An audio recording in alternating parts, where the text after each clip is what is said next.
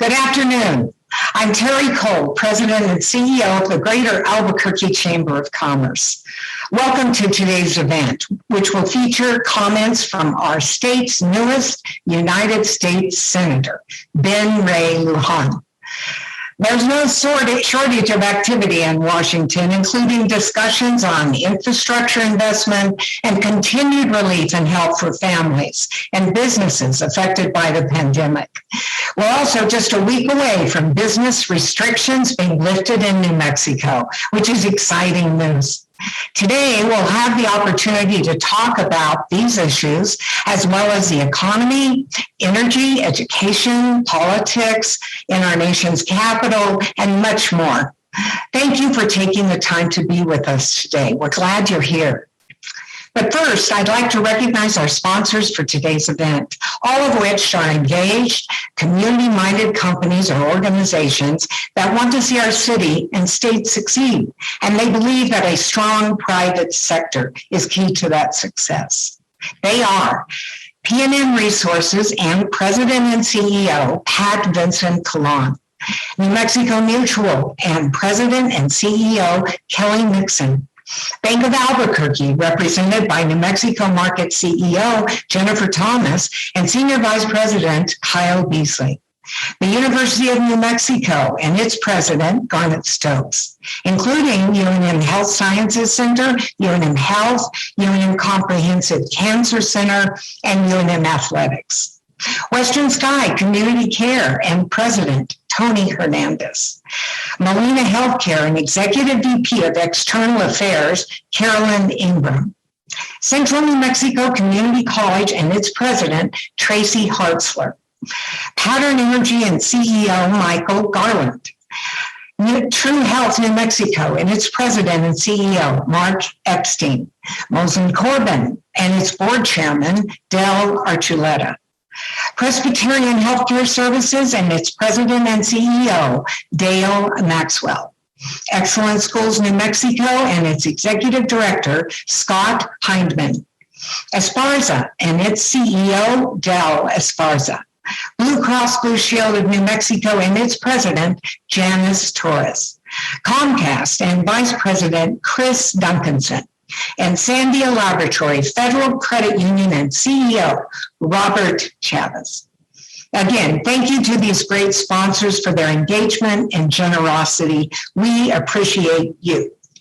And as most of our events, we enjoy recognizing companies that have recently joined our chamber.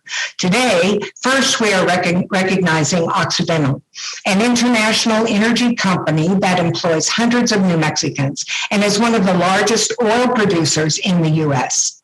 We, of course, in Albuquerque benefit greatly from Occidental's investment in our state, given that Albuquerque's public schools are the largest beneficiary of oil and gas production in New Mexico.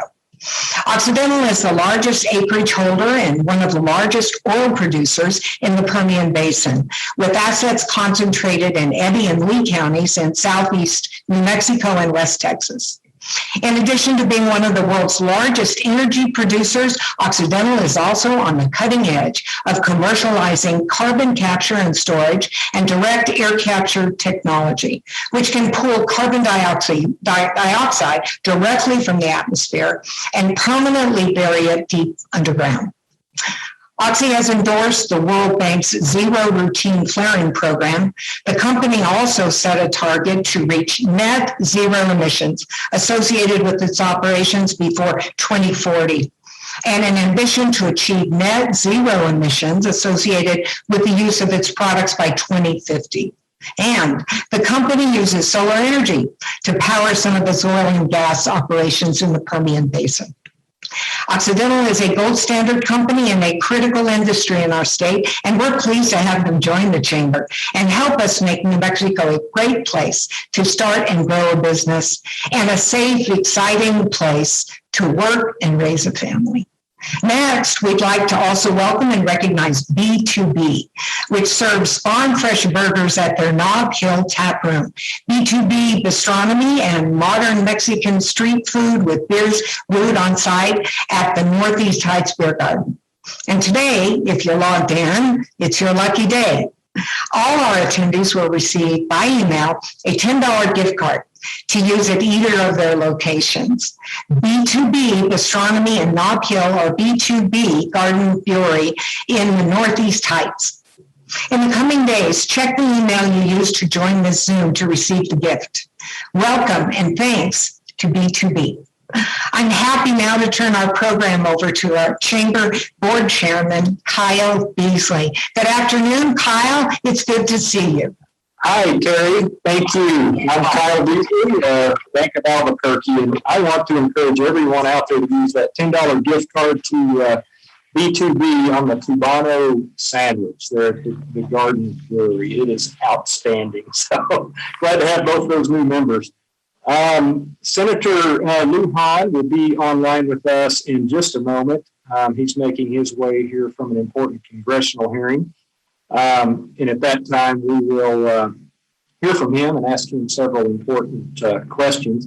In the meantime, it's our pleasure to introduce everyone to Ana Romero, who oversees the Senator's New Mexico office as his state director. Ana recently served in Governor Lujan Grisham's office as well as in other federal congressional offices. Given that the senator was just recently elected to the Senate, we thought it would be great to hear briefly from Ana about how his state office will be structured and how we as business owners and leaders can best communicate with the senator and his staff going forward. So, Ana, thanks for being here, and you can toss it back to me, and I'll introduce the senator when you're ready to do that. Wonderful. Thank you so much, Kyle, and thank you, Terry, and members from the chamber. Actually, the senator is on. He got on a little bit early, so I'm just going to do a very brief overview of where folks can find Senator Lujan's offices across the state. So he has offices located in Albuquerque. We will be setting one up in Shiprock fairly soon. Our Santa Fe office is now currently open. Our office in Las Vegas will be opening fairly soon as well. And then we do have an office in Portales and also in Las Cruces. And so how members we can assist is we also have a full casework team that can assist in connecting with any federal agency. So folks are needing assistance with IRS, Social Security, Veteran Affairs issues. We're doing a lot of passport cases right now, USCIS with immigration as well. And so any of the outreach that the senator and members from Congress have been working on with the federal funding that's coming down the streamline as well, our office is also happy to assist with that. So with that, Kyle, I'll turn it over to you to introduce the senator. Okay, great. Thank you, Ana. And we really look forward to working with you and your team. Senator, hello and welcome from the Greater Albuquerque Chamber of Commerce. Kyle, thank you so much. Honored to be with you today. Well, thank you. At the outset, Senator, we just want to congratulate you on your recent election victory, and we wish you the very best during your time in the U.S. Senate.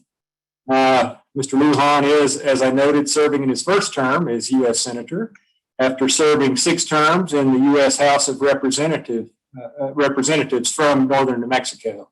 Senator Lujan is from Nambe and is a former member of the Public Regulation Commission. He has a bachelor's degree from New Mexico Highlands University in Business Administration. During his time in Washington, Senator Lujan has focused on a wide range of issues, including acequia protection and land management, environmental stewardship, and the creation of national monuments, climate change, healthcare, and rural economic development. Senator, you're serving at a fascinating time in our history alongside a newly elected president. You're in a Congress that has a 50-50 Senate and a closely divided House of Representatives, and we're, of course, at the tail end of the pandemic. We're excited to have our front row seat here, if you will, on what's happening in Washington and how it will affect our state. After we hear from you, particularly on the latest around the nation's COVID response, infrastructure negotiations, and the future of our labs and bases, we have a few board members with some questions on some other topics. And if any of our audience members would like to ask the senator a question, please type your question into the Q&A box on the bottom of your screen, and if time allows, we will get to those as well. So with that, Senator, please take it away. Well, thank you, Mr. Chairman. It's an honor to be with you, Kyle, and want to recognize you for your leadership and the work that you do every day, especially as the Senior VP over at the Bank of Albuquerque. So good to be with you today, sir. Also want to recognize the President and CEO of the Chamber, Terry Cole. Good to be with you, Terry, and thank you for the invitation to be with everyone today. I'm sorry that it can't be in person. I think it's always fun when we can get into a room and there's always a little bit of back and forth. So God willing, I look forward to seeing you soon. And whether you're visiting our nation's capital or we're traveling around Albuquerque, please invite us over and look forward to hearing from you in person. Now, as Kyle pointed out, this past year has been extremely challenging for New Mexico's business community due to the pandemic, but the leadership over at the Greater Albuquerque Chamber has been unwavering and helping and advocating for small businesses and workers across the state. And your leadership has not gone unnoticed, and it always is appreciated. And it's an example that there's no challenge that we can't get through when we work together. I'm always reminded that's the New Mexico way. So with New Mexico leading the country and getting vaccine shots into people's arms, I know that we finally turned a corner from the pandemic and our businesses and communities are prepared to build back better. I was proud to help lead the effort in the United States Senate to pass the American Rescue Plan, vital legislation that's reaching every corner of New Mexico, from helping our restaurants keep their doors open through the Restaurant Revitalization Fund to bolstering the Paycheck Protection Program. The American Rescue Plan is helping get our economy back on track. And crucially, the December COVID-19 relief package that passed through Congress in December expanded that important Paycheck Protection Program that the eligibility included chambers of commerce. And we appreciated the leadership from New Mexico advocating, because you had staff and team members that were also helping small businesses navigate these tough times. So that was an important change and amendment to that package. When the Paycheck Protection Program was first created in March from the CARES Act, it was an important lifeline, as we know, to small businesses to keep employees on the payroll and keep the lights on. And I'm glad through the bipartisan agreement, Congress has built upon this program to make it more accessible and equitable. I also want to share with you a bit of news that the Senate recently came together to pass a major bipartisan piece of legislation, the U.S. Innovation and Competition Act, to advance and solidify American leadership in scientific and technological innovation.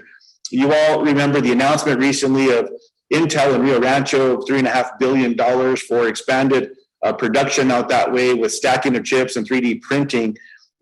This piece of legislation will help further the revitalization of America's science and tech initiatives, as well as our competitiveness with the rest of the world. One of the provisions that I was proud to secure in that package was a $17 billion authorization for our national laboratories. And this is important because they were initially left out of this package, and I was able to work with my colleagues to earn their support, even in committee, earning one more Republican vote than Democratic votes as we move this out of committee and onto the Senate floor for final adoption. And we're working now in the House to be able to get this done. But it's $17 billion authorization for the national labs to continue playing a leading role in American innovation. And we also work to establish a bipartisan initiative to secure the inclusion of an amendment to establish a nonprofit foundation to facilitate stronger partnerships between the Department of Energy and the private sector. The foundation will accelerate the transitioning of new energy technologies into the market while supporting American companies, bolstering private sector investments, and creating the jobs of the future. And it's a proven model. The CDC, the National Institutes of Health, and other federal agencies already successfully work with nonprofit foundations. They secure billions of dollars in these joint partnerships and advanced research and technology transfer. It's something that matters to us in New Mexico. Our national labs, including Sandia and Los Alamos here at home, are major job creators and economic boosters, as you all know. And this legislation will help place New Mexico at the forefront of science and innovation and have a ripple effect on local economies. So as a new freshman, junior senator, I've been busy at work trying to do my part here and leveraging all the knowledge that we've been fortunate to learn from colleagues on both sides of the aisle, from my House colleagues, and trying to deliver positive initiatives for New Mexico. I'm proud of the work we've been doing here, and I'm excited about the economic outlook in New Mexico. I'm reminded that, folks across the country, they're looking to move to places where they can spread out and have a high quality of life. And as housing has gotten more expensive throughout California, in cities like Denver and in Austin, New Mexico is a perfect place for people to move. And we're starting to see that more small businesses coming out here, more entrepreneurs looking to expand those opportunities. And I'm excited about what that means. So definitely look forward to the conversation. As you know, listening to New Mexicans and learning from New Mexicans is the most important part of my job. And definitely look forward to learning from all of you and working with you, and look forward to the conversation. So I'll turn it back over to you, Kyle. All right. Thank you very much, Senator. And we do have a few questions for you. We'll start with a few questions from chamber board meetings before we turn to the audience. And again, I'll remind the audience that if you have questions, please submit those through the Q&A box at the bottom of your screen. So the first question will be posed by Carolyn Ingram of Molina Healthcare. Carolyn? Hi, Senator. Nice to see you. Thank you so much for joining us today. And I'm with you. I hope soon it will be able to be in person and not in this funky format. So hopefully soon. I have two questions for you. The first is about our continued challenges around unemployment in New Mexico. Across all sectors, virtually, they're having a challenge around trying to figure out how to get employees in. New Mexico continues to have a high unemployment rate. It seems like people getting back to work would be good, obviously, for us helping to reopen the businesses as things get going, as Terry mentioned earlier. And we had wanted to see if you had ideas about how we would do that, and want to hear some of your ideas. The second issue I'll throw out there really for you to address for us is the issue around the rising inflation. We see right now that inflation increases act a lot like a tax increase on some of our small businesses, but especially on our residents, whether they go out to buy gas or lumber, any type of consumer goods, and it discourages folks from starting to invest back into the community. So with the consumer price index growing at its fastest rate in more than a decade, do you have any ideas on how we get ahead of what some top economic advisors to the former President Obama, called inflationary pressures that we're going to see like we haven't seen in a generation? So those are our two, I think, first burning questions to just throw out there for you. Well, Carolyn, always an honor to be with you. You're one of my smartest friends. And, anytime that there's initiatives surrounding healthcare, you're someone that's always invited to the table. And I always appreciate your expertise and what you're able to do to bring people together. We need more champions like you tackling on these big issues. So thank you, first off. Look, I'm going to take your questions in the order that you asked them. As we know, the pandemic was and continues to be an unprecedented public health threat and crisis that everyone is facing. And some of the initiatives that we put in place that I think are just starting to make their way out. And one of those examples I laid out in my opening comments, which was the restaurant revitalization program, where many restaurants across New Mexico qualified for that particular program, in addition to benefiting from both the PPP programs and the EIDL programs, to be able to help keep employees, hire employees, and make investments into their restaurants. And now we're just starting to see more of that program finally hit the bank accounts of these entrepreneurs. And I think that coupled with Governor Michelle Lujan Grisham's announcement that opening up fully on July 1st, which is just around the corner, that's going to create just more economic activity and more excitement. People are going to want to get out. And I think that will also help with hiring. In addition to that, the Shuttered Venue Operators Grant Program, which is also helping open up arts and culture in New Mexico, inviting more acts, not just from New Mexico that are homegrown, but across the country to come and participate. I think that kind of excitement will spur more economic activity. We also do support, though, the unemployment insurance benefits for New Mexico workers. All kinds of families had different challenges that were out there. And all of these initiatives were meant to understand the pain that not just small businesses were facing, but the families were facing. That, coupled with being able to help more families look for more opportunities, continue to open up those career paths, and helping families get out. And one of those, Carolyn, is the child tax credit, and also a tax credit for child daycare. I think helping more families being able to afford childcare, there's going to be more people that are going to be getting into the workforce because of that. And families are not going to have to make the tough decision of, which one of the parents may have to work, who's going to stay home a little bit more with the family, if they can make childcare more affordable. That coupled with the child tax credit, where a lot of families weren't able to benefit from that based on their earnings, I think that's going to spur more opportunities where people are going to look for that growth and getting into other jobs or jobs that maybe they had before.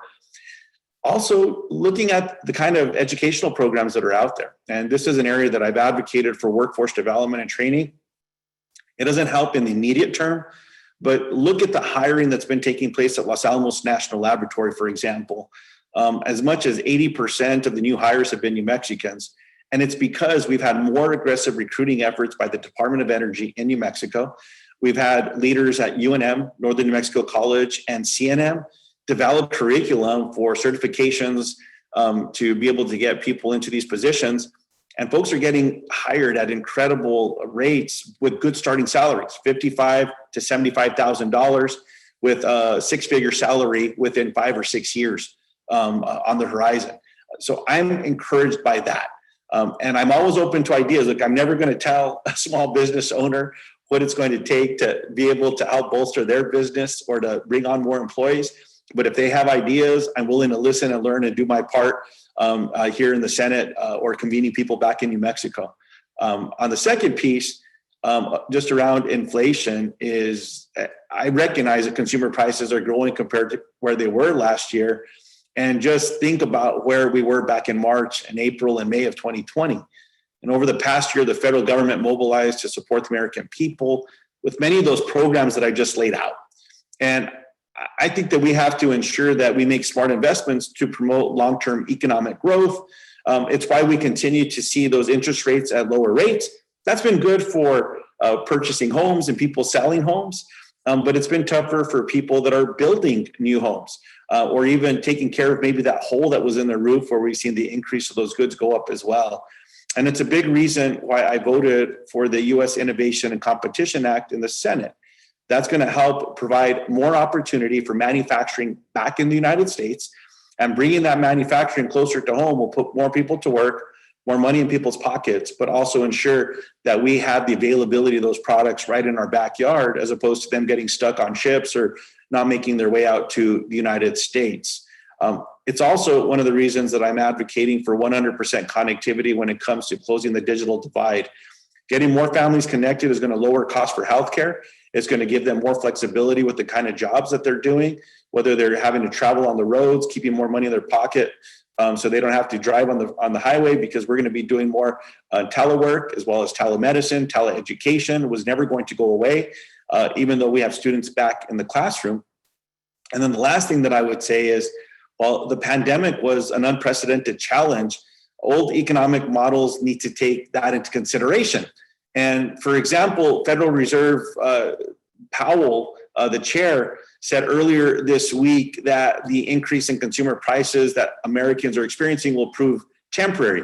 Now, I'm not an economist, and I'm hopeful that that is true in this case. And we're going to continue working with our colleagues to ensure New Mexico's economic success, and working to make sure that access to capital and the flow of those opportunities is something that is real for people to be able to benefit from. So complex questions there, but nonetheless, I understand the importance of them. Sorry for the long answers. Thank you. No, that's good and very helpful and insightful for us, as we're, all of us trying to get things back and going. So Kyle, I'll turn it back to you for our next question. Okay, thank you, Carolyn. And our next question comes from the CEO of Sunny 505, Joni Griffin. Good afternoon, Senator. I got to say, I just love the color of your walls. So you need to text me what that color is, because I want it. So my question is about education, but K through 12 education. So the Chamber and a few of our partners recently commissioned a survey with research and polling, and we found that over 3/4 of Bernalillo County residents and nearly 9 in 10 Bernalillo County parents would like to see more public charter school options available to students in the Albuquerque area. What are your thoughts on whether public charter schools are a good avenue for giving students and families many of them, as you know, low income and from communities of color, a shot at a better education? And in the Senate, do you plan to support the renewal of federal money, the CSP funding, for the opening of additional public charter schools in New Mexico? So first, thanks for being on here. And Joni, the color on the wall, it actually came from an office that when I was first elected to the Congress, there was a member from Texas that had it up in their office. And it reminded me of a New Mexico night sky. And so just like you did, I just asked him for the name of the paint. And what we can do here is, as long as we buy the paint, because they paint these walls occasionally, but if we supply them with a color that they don't have, they're willing to put it up on the wall. And so I held on to this beautiful night sky of New Mexico color. That's the reason for it. So I'll make sure I get you the name first off. Second, look, I very much respect the question here, but I'm going to preface it by saying that, I attended Head Start. I'm the first United States Senator that attended Head Start elected to the United States Senate.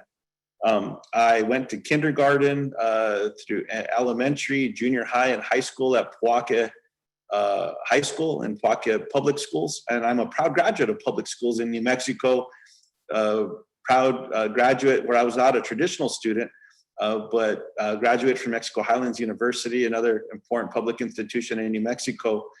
And I believe that we also need to be strengthening the programs in public schools. I'm a product of one, and I'm an example where, Head Start and the programs that I was proud to be a part of, but what public education means to me and means to America is critically important.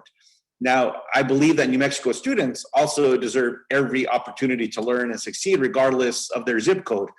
And I believe that high quality charter schools can offer innovative educational programs to serve our communities and our students in schools that have been hit hard by the pandemic.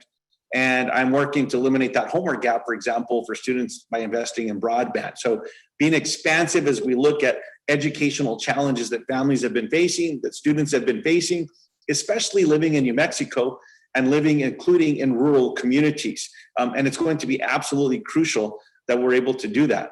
I'm a co-sponsor of the Reopen and Rebuild America Schools Act to modernize classrooms, reinvest in infrastructure, and looking at expanding access to high-speed broadband. And I joined legislation to put Congress on a path to fully fund Title I and Individuals with Disabilities Act on a mandatory basis. A lot of those programs have been cut, which have eliminated dollars being invested in education and in families across the country. Sadly, that sometimes falls on partisan lines. So I think that we need to find ways to bolster those education investments. And it's been said that there's no greater investment in America than investing in our kids and in education. That's where you get the greatest return. And that's why I advocate for early childhood programs from the very get-go, like Head Start. Every family should have access to those, making childcare more affordable with curriculum-based. And I haven't reviewed the legislation that you laid out, so I'd be happy to take a look at it and see what we can be doing as we continue to work forward. I've worked with colleagues in the past, like now current Governor Jared Polis, who was a champion when it came to charter school education initiatives, and he's carried that out in Colorado. But happy to look at this legislation and chat with my colleagues that are leading the initiative as well, and any ideas that you want to share with me as well. Thank you, Senator. Back to you, Kyle. All right. Thank you, Joni and Senator. So our third question now comes from PNM Resources President and CEO, Pat Vincent-Collawn. Thank you, Kyle. Great to see you, Senator. And I'm going to change it up today and not ask an energy question. When we look around us, I think we see a lot of polarization. And obviously, you had a great example of bipartisan legislation, which you sponsored. And you managed to get that lab funding in, despite the fact that there was some opposition there. But if you look at our politics, right, they seem to encourage polarization, right? In the government, it seems the number of true moderates, those of us that are old blue dog Democrats, are not there that much anymore. And if you look at all the surveys, government, the media, law enforcement, family, education, religion, corporations like us, who would believe, right? There's a decline and there's a distrust in our institutions that we always used to hold in high regard. So I guess my picture is this too bleak of a picture that I'm painting here? Or is this a real problem that's getting worse? And if it is, how can we fix it? Like I said, you had this legislation passed, you have a reputation as a bipartisan deal maker, which is one of the things we love about you. How can we fix that, and what can we do to help? Well, Pat, it's always an honor to be with you. We were with Sayuri earlier today. So good to see you today, and continued success with the work you're doing back at home as well, and whatever the future holds as well. With your incredible leadership, I look forward to continuing to work and learn from you. It's a complex question, Pat, right? It's a tough question, and I want to be completely honest as I'm responding to it. The last 4 years were tough for me, where there was, I think, a dwindling of a willingness to try to find that common ground. January 6th came, and it terrified the country, and it terrified me being in the Senate chamber and looking at the fear in my colleagues' eyes, in the media's eyes that were in there, the staff's eyes. Had not happened in the United States since 1812 and 1813, right? There was never an American that stormed the United States Capitol. That's how this year got started. And so it's been tough. We also had the first time that there was a significant challenge to a peaceful transfer of power, where the outgoing president was not willing to walk away and embrace the ceremonial transition of power that the United States has always shown as a beacon on the mountaintop, with an example of how democracies thrive in the strength of people being in charge. Now, with that being said, while we're healing from that and we're learning from that, and I think that we really need to take notice, because we should be reminded that the United States we're very young, right? It's this incredible idea, but we're a young democracy. And when we study what's happened in other parts of the world, where they once were democracies and now they no longer are, we should remind ourselves how fragile this is. And it only works if we can find common ground, and that we can agree that, there are elections, and then when we have an outcome of an election, that we come together and we find a way to amend those differences. And that's really the positive side of this, I would say, Pat. And the example that I've seen already in this Senate, a few pieces of legislation that I've been working on.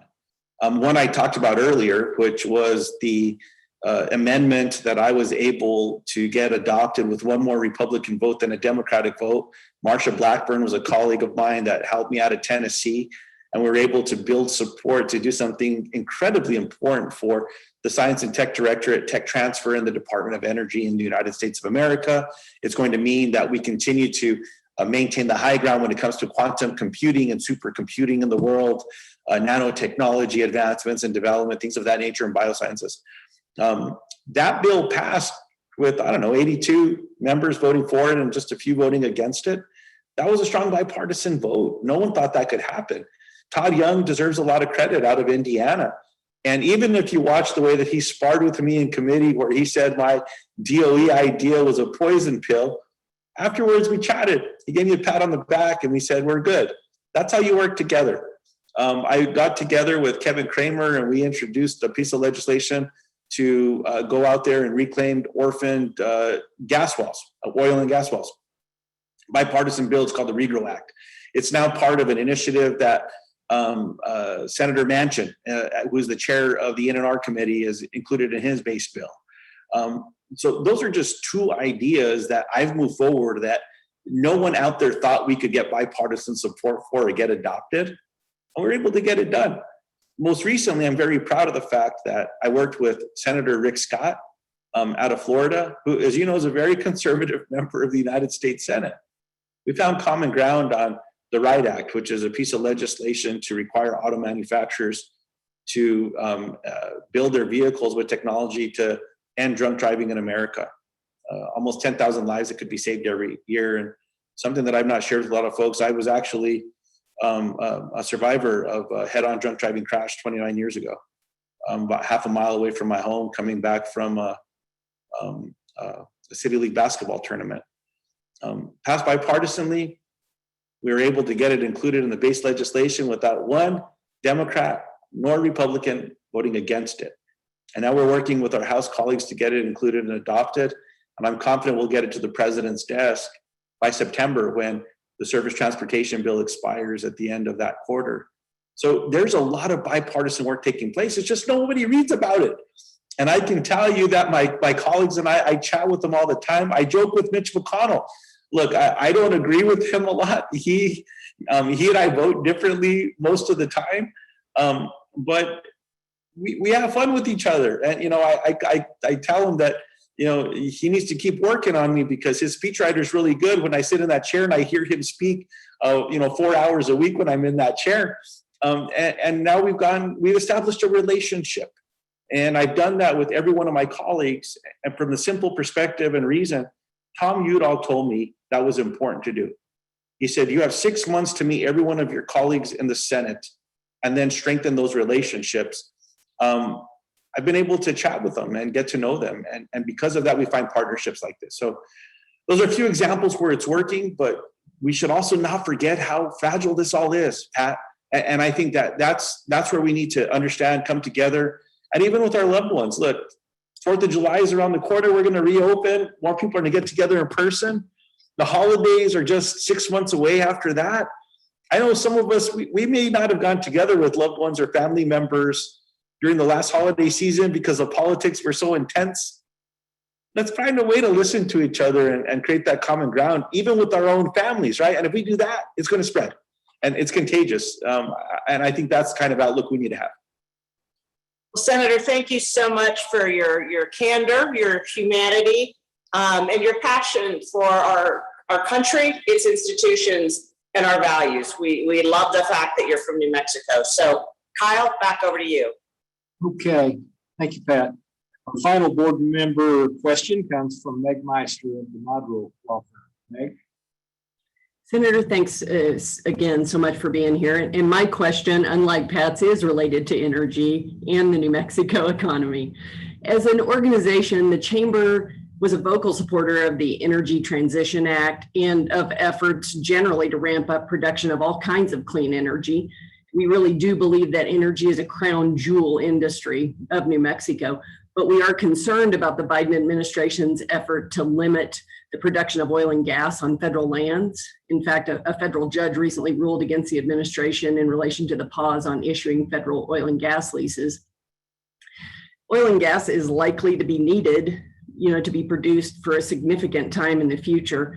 And for the sake of our state's budget, economy, and schools, we think it ought to be produced here in New Mexico. What's your take on the future of drilling on federal lands? So, one, the United States has to be a leader in confronting the climate crisis. I think that's something we can all agree. And we look at the existential threat that the country is facing as well, and the world. Don't take my word for it. Look at what's come out of and has been published by the Department of Defense under both President Barack Obama and President Donald Trump, where they talk about the existential threat associated with famine and war that would result from droughts. I think about the challenges we're having in New Mexico and what families are facing right now, farmers, ranchers, and the disagreements that are happening over water, reservoirs in the western part of the United States that may not be able to provide drinking water, and also some of those purchase power agreements, right, out of Lake Mead that may not be able to be met because they're below a level from even when the lake was, the dam was built. That's worrisome. Now, while I completely have committed myself to helping to tackle those challenges and looking at those solutions, and working with my colleagues and focusing efforts to ensure that states like New Mexico are able to make a smooth transition to a diversified economy, The one thing that I also have talked to different leaders about in New Mexico, and some of you on the video chat today, is we have to diversify New Mexico's economy. We can't be dependent on one source of revenue. Just look at the devastation that was caused to the future projections in New Mexico when the Russians started to play with prices. And the cost of oil per barrel actually went into the negative, and our producers are having to pay people to take their oil as opposed to getting paid for that fossil fuel. We can't leave ourselves subject to that. And so I've always advocated for diversifying New Mexico's economy as well. Now, straight to the question, my position's always been clear here. I've been clear with letters that I've written with Senator Martin Heinrich, and also speaking with the press or in committee, that I oppose an indefinite federal ban on oil and gas leasing that would have a negative impact on New Mexico's economy. It might surprise many of you, Senator Heinrich and I, two Democratic senators from the West, actually led an effort and letter to President Biden and to the Secretary of Energy and Secretary of the Department of Interior, making it abundantly clear that we cannot have an open-ended moratorium on the decision that was laid out. And to the administration's credit, a few weeks later, they at least said that this would not be open-ended, that there would be a certain date that this would come before us. And now we're waiting on more guidance from Secretary Haaland, for example. So that's my position there. And I agree with you that New Mexico has always been a leader when it comes to energy. And then I would also challenge us to look at what the majors are saying. So when you look at what the auto manufacturers are talking about with their future projections and announcements from companies like GM that are getting to all electric fleets by 2050, we look to what Exxon, what BP have announced recently to their shareholders with where they're putting their money. They're putting this into renewables and into storage. They're even looking at what they can do to diversify their own mixes. So if the major oil and gas production companies in the world are signaling to the rest of us where they're moving their money, I think that we need to be thoughtful in New Mexico about preparing for that and not waiting until it happens and then what's going to happen to us. We also need to look at how can we diversify revenue coming into this state. This is a big challenge. Intel's announcement is a positive. Satellite companies coming to New Mexico is a positive. Film production growing in New Mexico is a positive. The trade agreements now with Mexico and Canada is positive. It's going to allow agriculture to grow more, and we're seeing attraction of more industries down into Santa Teresa. That's good for growth. How can we help the Mexican economy, which is an important trade partner with New Mexico, and work with the Americas? Now that we're working to maintain our competitiveness and lead the Chinese government when it comes to bringing back that manufacturing back to the United States, but what could Mexico be producing, for example, that China currently is, or maybe there's an important partnership there as well. So looking to revitalize all that's happening in the United States into New Mexico and all things space. I think that there's an enormous upside to all things satellite, space travel, Space Force, and those investments in technological spin-offs. I mean, heck, New Mexico's Chile is up in space now at the space station, right? So we're going to figure something out from that. But what more can we be doing there? I just think there's an immense upside to New Mexico right now. And us being smart in this space, especially in biofuels, things of that nature, storage, what can we be doing to accelerate this technology transfer? And also working closely with the independents and majors in New Mexico so that we're doing this all together. So I'm excited about it, and I hope that answers the question. Yeah, thanks so much, Senator. And I'm in complete agreement with you about diversification. That's really important. Kyle, I'll turn it back over to you. Oh, and then just last thing, Meg, I would just say, even on the manufacturing side, so while we have a lot of manufacturers in New Mexico that work with defense contracting, we're not on the supply chain side of autos or a lot of private sector.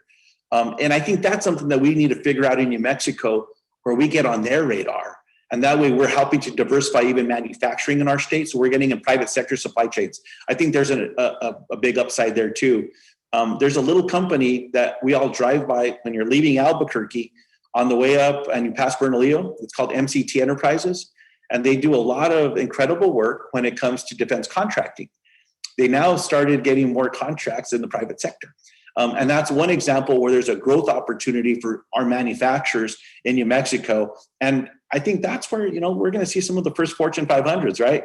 Is, what happens with Descartes Labs, what happens with Ubiquity, what happens with growth with MCT or others as they diversify and grow. I think that, we're going to have to do a homegrown Fortune 5. I don't know that we're going to get one to move to our state, but I'm okay with that. Let's grow our own and then let's compete with the rest of the world. Okay, Meg, thank you for that question. And Senator, thank you. Just a couple of questions from the audience. And the first one is, Senator, is there any update on the infrastructure bill?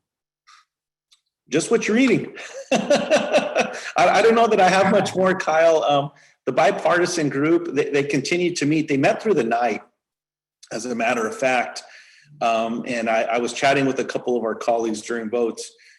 It feels that they're making progress. There's a few more Republicans that have joined the group. So they're above the 10 Republican threshold. Right now, I think they're up to 11 or 12. That's promising as that continues to grow.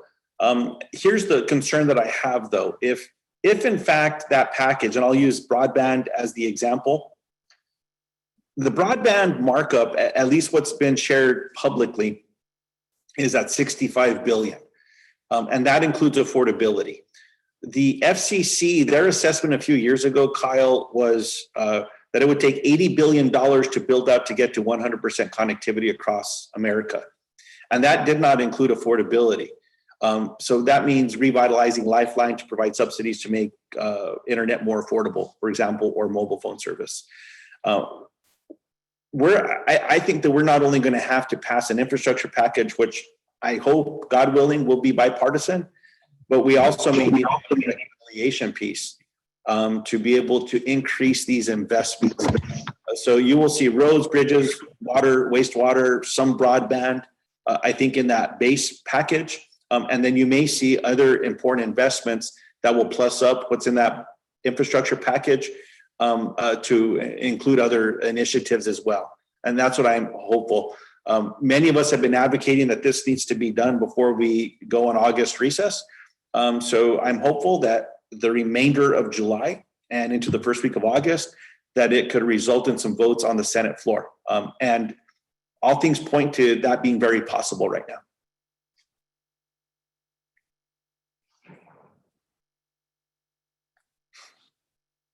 Oh, you're muted, Kyle.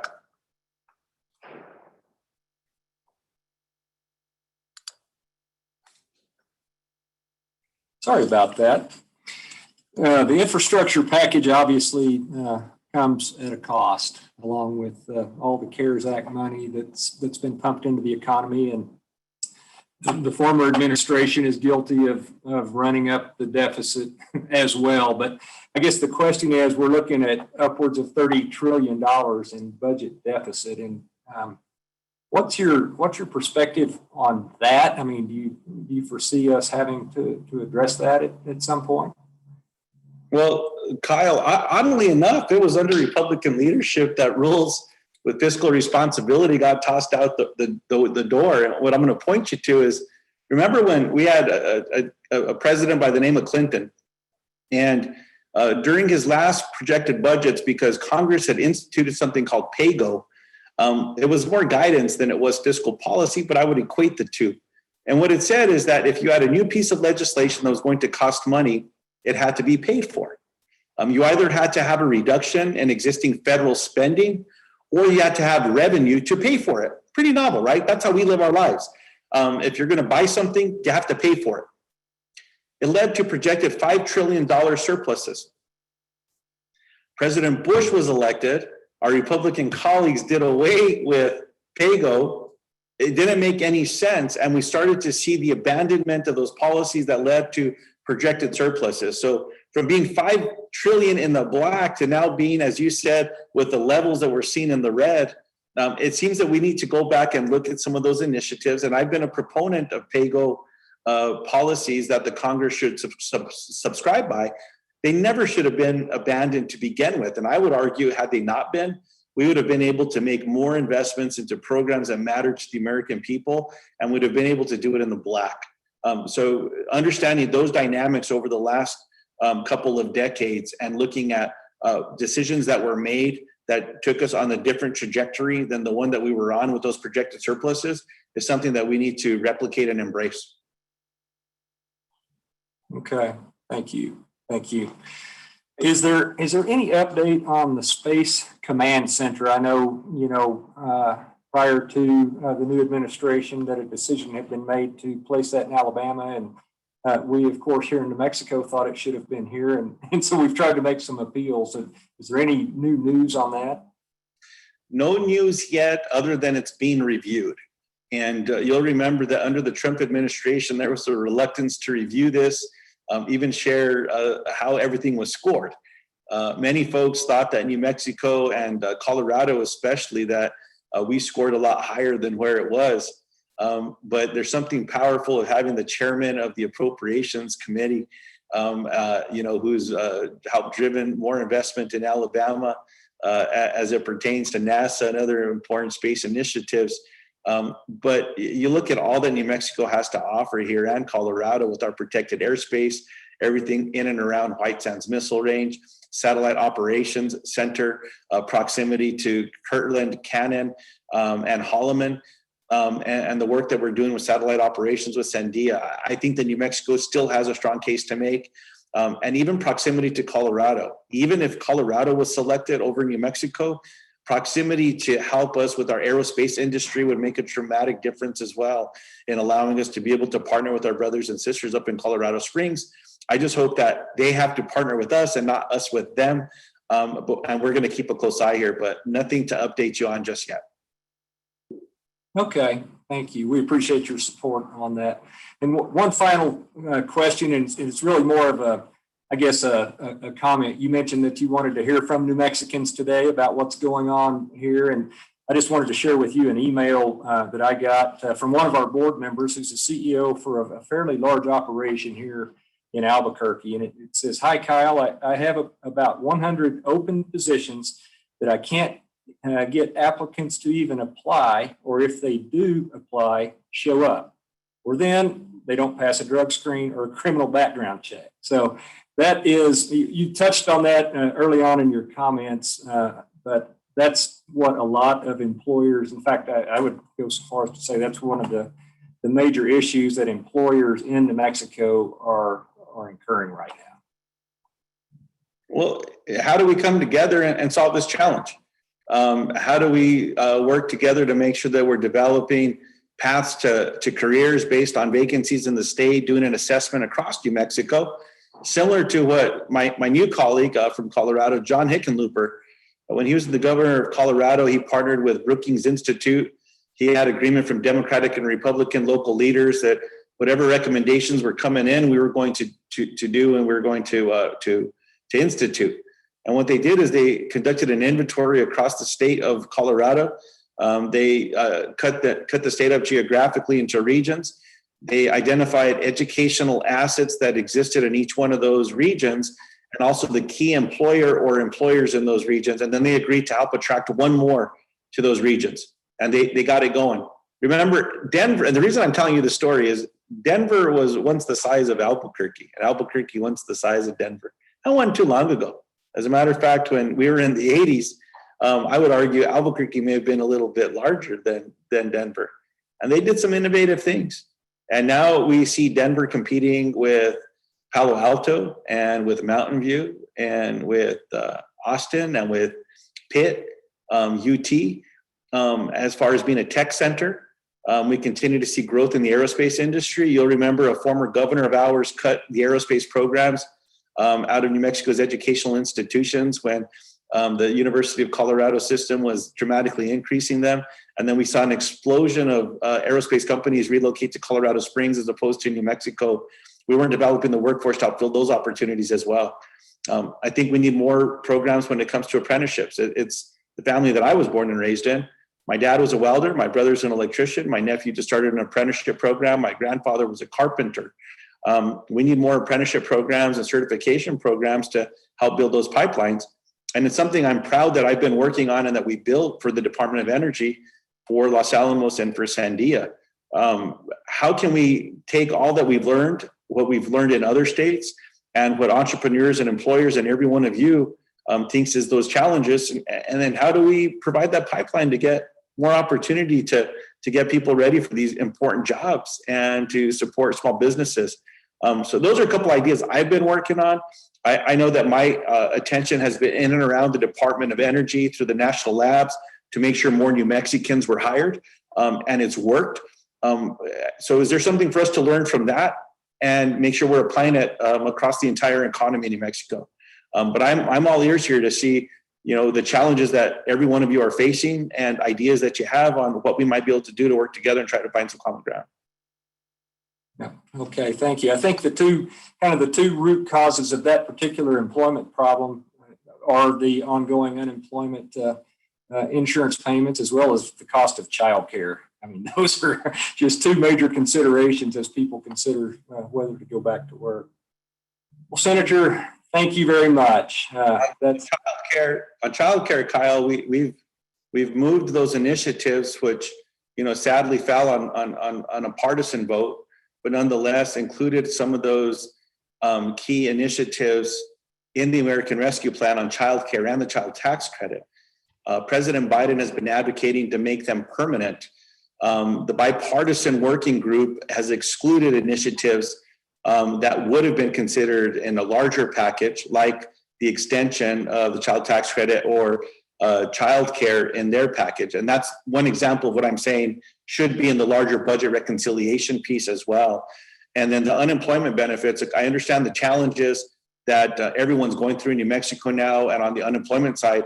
When you look at unemployment numbers before the pandemic and you look at unemployment numbers now and where they are, they were not far apart, right? When we started extrapolating some of those data points. And I would argue that, some of the work that needs to be done here as well, that policies that are being reviewed, those unemployment benefits are set to expire now in September, as well as we're getting back to opening fully across the country with getting more vaccine in people's arms as well. And I think that's going to help. So if there's other ideas that folks have, please let me know and see how we can work together on those. And, let's work together to pass that child care tax credit and make permanent the child tax credit, which I would argue has lifted a lot of families out of the stressful economic conditions they're facing. But if we make it permanent, 95% of families with kids in New Mexico would benefit from the child tax credit. And it's estimated to lift as many as 50% in families facing poverty out of poverty. Just that one policy. That's pretty good. And I think that puts us in a better place in a state like New Mexico. Yeah. Well, Senator, thank you so much. That will be our last question. You've undoubtedly have a lot on your plate these days, so it's not lost on us that you took time out of your day to spend some time with the chamber, just as you did with us back when you were a member of the U.S. House. So thank you very much. We always appreciate your accessibility and your service to our state, and we wish you and your staff the very, very best. So Terry, to wrap up this event, I'll turn it back over to you. Thank you so much, Kyle, and I'll echo your comments. Senator, we have had such a long, positive working relationship over many, many years, and we appreciate your problem-solving enthusiasm and energy that you bring to everything you do. And your bipartisanship is especially impressive, so thank you so much for all of that. And we look forward to continue working with you as we move forward and work with you as in the Senate. So before we sign off, I want to thank all our business leaders, investors, and partners for joining today's event. And again, thank you all to our sponsors. We hope everyone will join us for the second event in our 2021 Congressional Series, a panel discussion with our U.S. House members on June 29th from 11 a.m. to noon. You can register for this event today. In the meantime, from all of us at the Chamber, we hope you have a wonderful day and we'll see you soon. Thank you.